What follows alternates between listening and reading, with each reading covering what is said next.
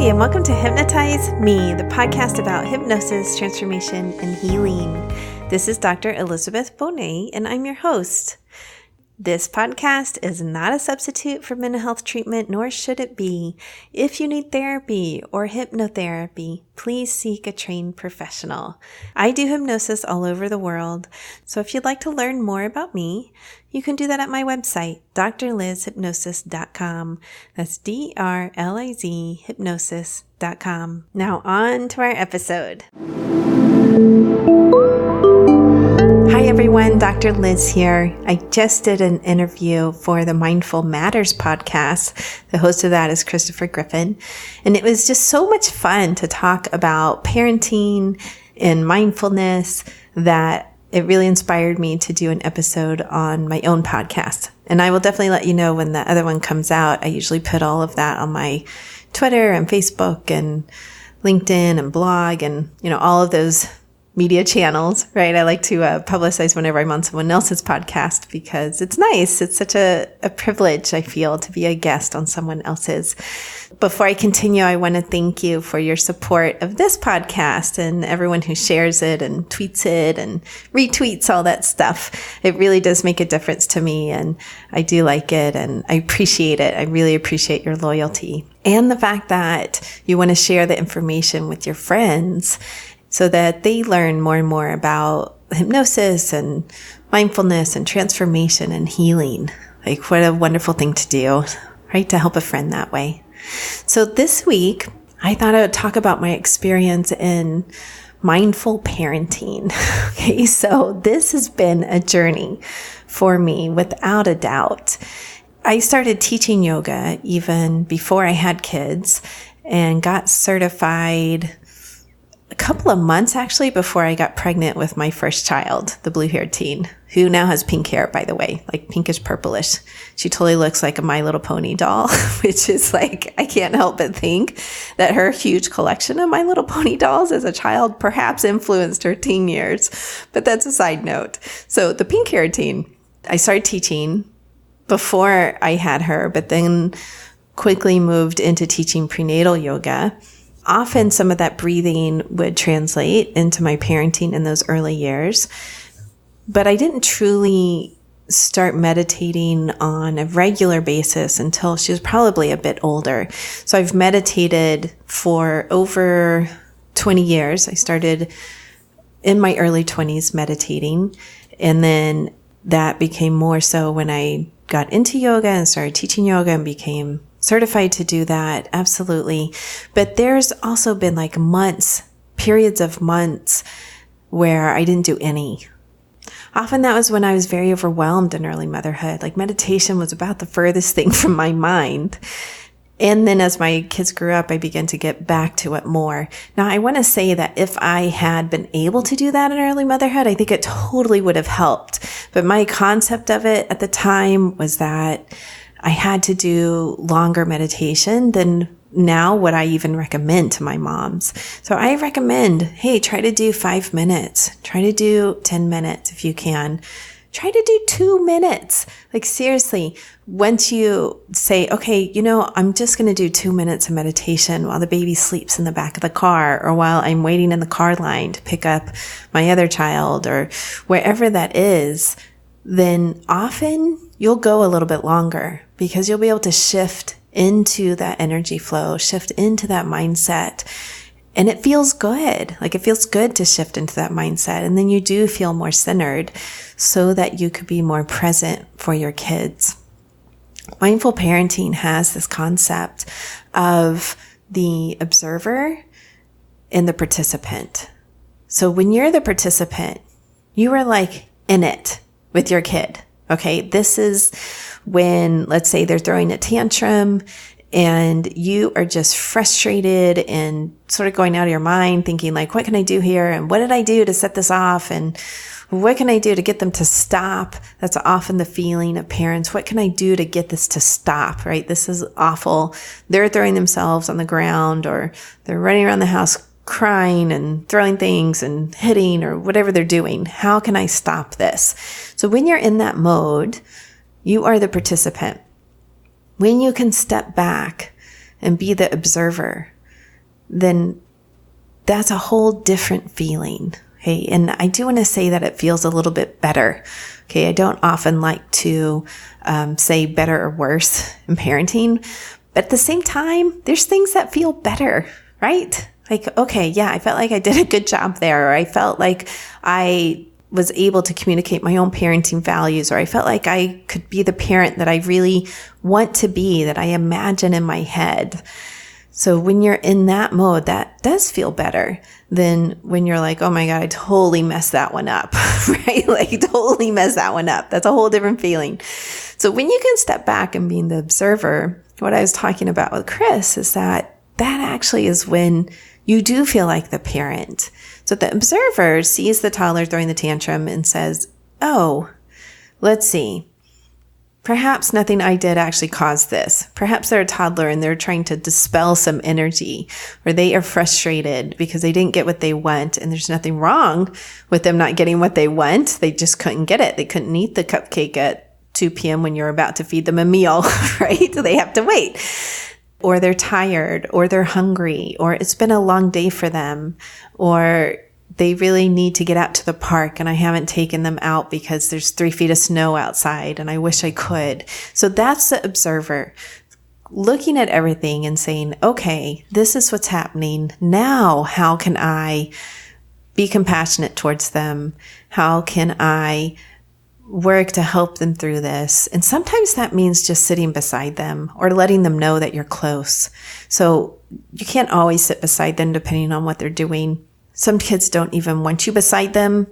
They don't want to be touched or spoken to sometimes. So you can just let them know, oh, mommy or daddy is going to be right over here. And when you need me, I'll be here. And that's a very different energy when you can shift into that and feel centered and feel like you're available to them, but you're not going to be in this with them. You're a grown-up, right? You're the parent. Like you're going to be a resource for them. And that's actually very comforting to a child, that there's no screaming going on or yelling at them or even, let's say, crying. I totally remember some instances when my kids were little and I would start to cry. I was so frustrated. I didn't know what to do. And I'd start to cry. And even now I have compassion for myself around that. I'm not judging that. Sometimes that's just what the body needs. It's an expression. It's a cleansing. But those are moments where you're like, I have no idea what to do here. You're in it with them. You are the participant in that moment, versus being able to say, okay, I know you're going through this and I'm going to be a resource to you however I can. And let me know when you want me to hold you, comfort you, talk to you, do any of that. So this brings up another issue in parenting that I talk about a lot, actually, is that sometimes a child will do something that they're not supposed to do, and then they'll turn to the parent for comfort. And there's many, many parents who feel like, oh, if I give comfort, then I'm letting them know that what they did was okay. And if I could give you one message, it's that that's not the case. That when a child is turning to you in comfort, that is what they need. You are their comfort object. You are the parent. So give that to them. You can be the soft place for them to land. You can be the soft, squishy one for them, right? That is who you are generally.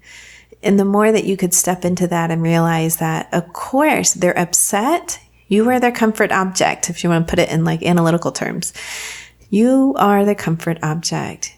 You're the only one there often that they can seek comfort from. Sometimes they have a little stuffy or stuffed animal or that they can seek comfort from, or sometimes they like to go in their room or read a book. Like there's different ways depending on how old they are for them to seek comfort, but often you're it. I would encourage you to give them that comfort and continue to talk to them if you want to, or not. Either way is okay. But just say, yeah, it's okay. Everything's going to be okay. What you did is not all right, but everything's going to be okay. We're in this together. So at that point, it's like you are the participant and the observer, right? Like you're the participant in comfort, but you're also the observer knowing this is what this child needs right now. And I have the ability to give it. If you truly don't feel like you can do that and you're not in the place to really truly give comfort, then by all means, wait until you move into that space. Okay, wait until you move into that space psychologically. So that's another mindful shift that happens in parenting, is that sometimes you are in a really awful space. Sometimes you're angry or just upset or frustrated or tired yourself. Like, my kids know when I'm tired at night, and sometimes they'll tell me like, oh, you're getting grumpy. And I'm like, oh yes, I totally am. I'm losing my patience. Thank you. I need to go to bed. Like, they're older now. They stay up later than I do, okay, because I have to get up super early in the morning before they do to get everything ready before I take them to school. So sometimes that's a cue for me. So when you realize that, then you're able to, I think, control it more. Like, oh, the realization comes over you of like, oh no, I'm in like sort of an awful place here emotionally, or I'm just tired, or whatever that is. And I have a choice. I can either shift into a better state so that I'm present for them, or I can go and do something that I need to do to be able to do that. And I get it that sometimes you can't go off and do something. Sometimes you have to shift in the moment. And I think this is where meditation and mindfulness comes in. It helps you shift in the moment more easily. I believe that it helps center you over time, so you're not as easily frustrated even over time. Your threshold sort of comes down in terms of that. And that can be really helpful as a parent, right? That you're not triggered as much, that need to yell sort of disappears almost completely. I'll say, for some parents, I'm sure it disappears completely. For me, it's almost completely. Okay. I still occasionally lose it. Oh my God. But it's that awareness, I just lost it. All right. Now I have to go and apologize or do whatever I need to do to get myself back into a good state here. And you're able to shift into that and do that more easily over time. I believe when your threshold of frustration is much higher, right? You can tolerate a whole lot more before you reach that place of oh geez, now I'm about to lose it, right? So I do recommend meditation as a skill to develop that over time. Yoga can also help if you go to a regular yoga class, because that is a body meditation is how I see it often, depending on what kind of yoga it is. Working out does that for some people. Nope, they have to work out because they know that then they can tolerate much more during the day. They feel more centered. They feel more calm. Sometimes a simple walk can do that. So I just told this story of, I don't even remember what we were fighting about, but my teen and I were fighting about something, the pink-haired teen. And I stopped and I said, I'm going to take a dog for a walk. And she's like, okay. And so I did. I took the dog for a walk around the block, got myself back to a better place. And when I walked back in the house, she said, oh, are you calmer now? And I said, yeah, actually I am. I'm calmer now, and we can continue talking about this.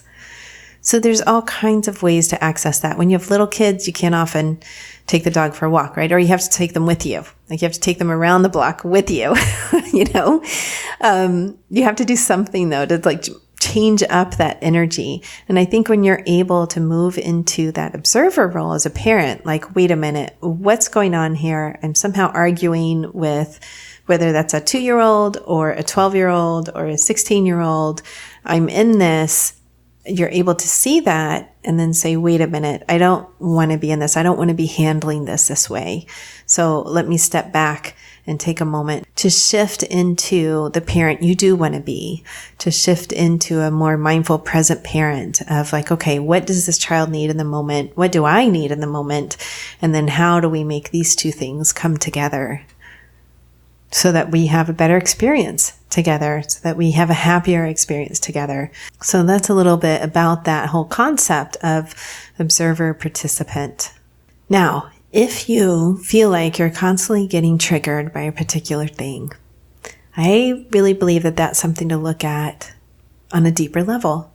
So let's say that your observer realizes, oh, I am always triggered. I always lose it when my child does this. Okay, so maybe that's when they bite you or they try to hit you when they're little. I had one child who was a biter. I think my little one, Eva, used to bite me. She never bit anybody else, which I was totally grateful for. Okay, she only bit me. So I was like, all right. But it used to totally trigger me. Like, here I am taking care of you all day and you're biting me, right? Like, this is just not cool with me. And I honestly don't even remember how that biting behavior stopped, but it did eventually stop. So there's hope for you if you have a biter.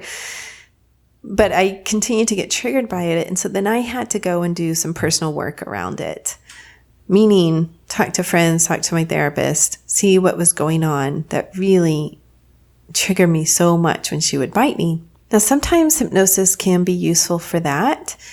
If you want to do inner child work and go back and see, okay, I have some healing to do for myself around the way I was treated as a child, around the way that my parents disciplined me, or maybe around the way that my parents neglected me, how perhaps I was ignored or abandoned or some of that stuff.